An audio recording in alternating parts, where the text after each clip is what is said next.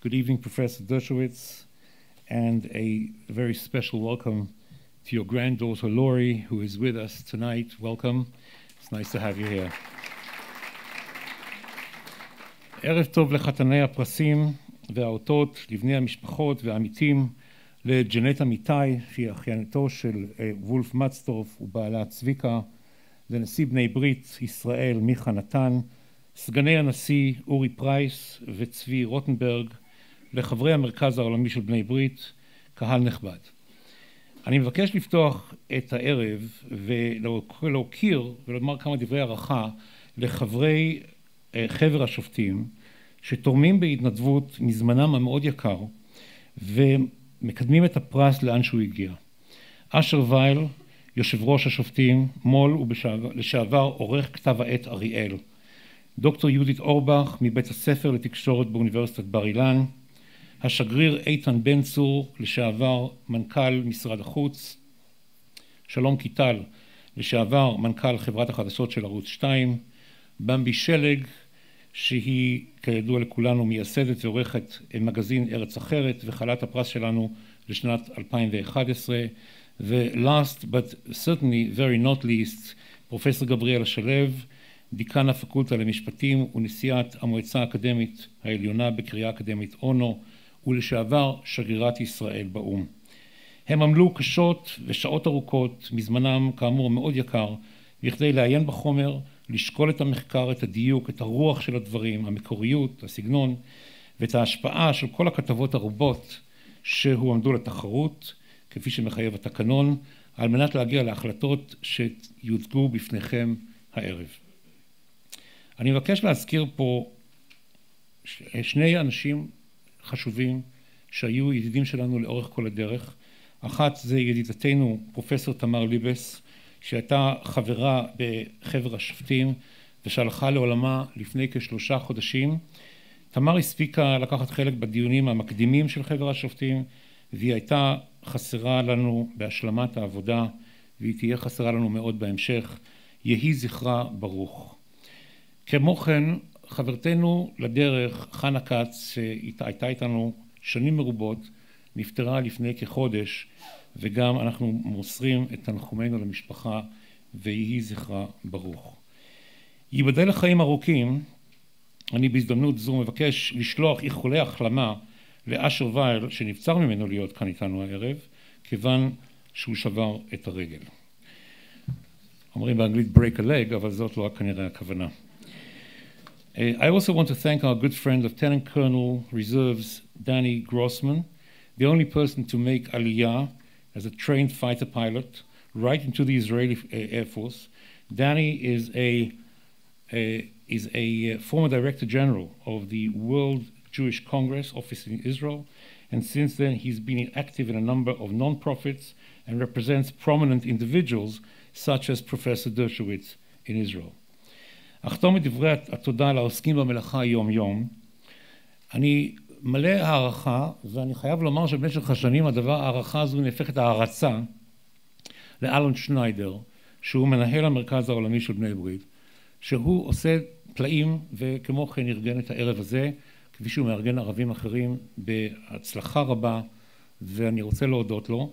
וכמובן אלן לא יכול היה לבצע את כל העבודה הרבה שמוטלת עליו, מבלי העזרה של העוזרת הראשית שלו ואתי פדידה, אשר עושה את הכל גם בחיוך וגם בחיוב, ותודה לאלן ואתי, תודה רבה.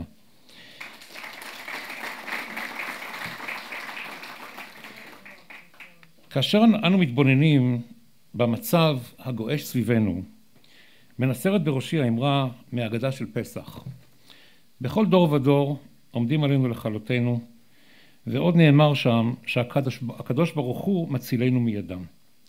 אין זה המקום לפתוח בוויכוח תיאולוגי, אבל ברור שלקדוש ברוך הוא יש שליחים, ובכל דור ודור אשר מסייעים לעם היהודי במצוקתו. בדורנו עוסקים במלאכה רבים וטובים, אך כעמוד ההולך לפני המחנה עומד והולך הפרופסור אלן דרשוויץ, שנמצא איתנו הערב. לכבודו, אני אבקש את רשותכם לסטות מדבריי המודפסים, וכנראה גם המתורגמים, ואני אעבור לאנגלית, לכמה משפטים קצרים. Professor Dershowitz, I'm allowing myself a few personal comments and personal things that I want to just tell you in a few sentences in English, because that sentence from the Passover Haggadah, it's been as true for as long as I can remember the Seder in my youth. It's always been true every year. There hasn't been a single time since I can remember that someone somewhere has not been planning to do substantial harm to the Jewish people. And as we now face the iniquitous, disgraceful, big lie over the BDS movement, and those who dare tarnish us with the slur and the blood libel, really, the modern blood libel of apartheid, I will digress and change my opening words with a description of a very personal experience that I went through not 3 hours ago before I made my way onto this podium. Professor Dershowitz and I share a great regard for the rule of law. And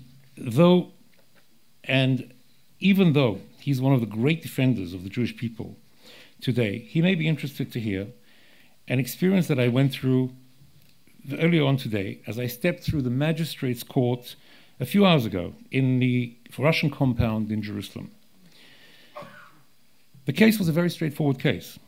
We accused the other side of contempt of court, of disobeying a court order. They said nothing of the sort. We didn't do anything of the sort. We actually obeyed the court completely. So this is something quite normal in court.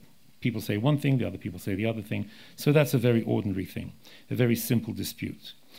On the other hand, when I stepped into the court, I realized that although what I was seeing as a Jerusalem lawyer was a common event in the life of Jerusalem lawyers, it shouldn't be necessarily taken for granted by people outside of Israel, because I was the only Jew in the courtroom. In fact, I should note that yesterday, as is required by the regulations, my assistant, who is a very brilliant young member of the Armenian community, born in the Old City, educated in the Hebrew University, totally native in Hebrew and Arabic, and although frankly I'm unable to check, I assume he's also native in Armenian, wrote a request to the court asking for an interpreter to be present as one of our clients, although speaking reasonable Hebrew. He was a businessman, a Christian businessman, preferred to speak in Arabic. And when I went into the courtroom, the judge turned around to me, a very personable young man, said to me, by the way, today all judges to me are young, I'm afraid, right? And he said to me, Adoni medaber Aravit, and I looked at him and I said, well, actually, I do speak a few words of Arabic, having lived in Yerushalayim for so many years, but no, I don't think I can handle a court case in Arabic. And he said to me, okay, we'll have an interpreter. And then I realized that opposite me was an Arab lawyer who lived in Shuafat, who presented a very cogent case. It was very brilliantly presented. I had a very difficult time beating him, I must tell you. He was in perfect Hebrew. He's obviously a graduate of one of our best universities and best faculties in the country, probably the Hebrew U. Maybe he studied under one of the eminent professors who are sitting with us tonight. And the judge himself, who I Googled on the way back to this event on my smartphone, is a young Arab judge from Nazareth. His Hebrew was also perfect. He was a graduate of one of the best law faculties in Israel in Haifa. And essentially, my client was a Christian, the defendant was a Muslim, and there we were in a really ordinary Jerusalem tableau. And I say ordinary because I'm used to this, and frankly, just because I was on the way here, I thought to myself, this is something I should really tell Professor Dershowitz, because here we are in a court of law in Jerusalem, speaking Ivrit, all of us, where we are seeking justice, where we are practicing justice, and where we are dispensing justice in the form of this judge.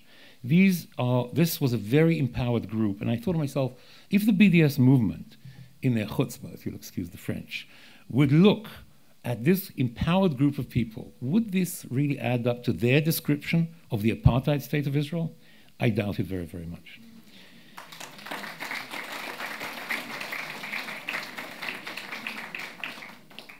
I will move back to Hebrew for more prosaic matters to describe who we are and who is the המרכז העולמי של בני ברית. I'll be very, very short.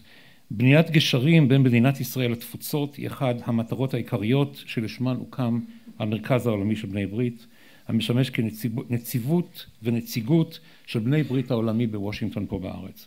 אנחנו גאים להיות לכם לעזר, להיות לכם לקשר, אל תהססו לפנות אלינו אם אתם צריכים. ארגון בני ברית הוא כבר פה מ-1881, הוא הארגון היהודי הוותיק ביותר בעולם מ-1843. אנחנו a networking organization, בשביל זה הוקמנו, תשתמשו בנו.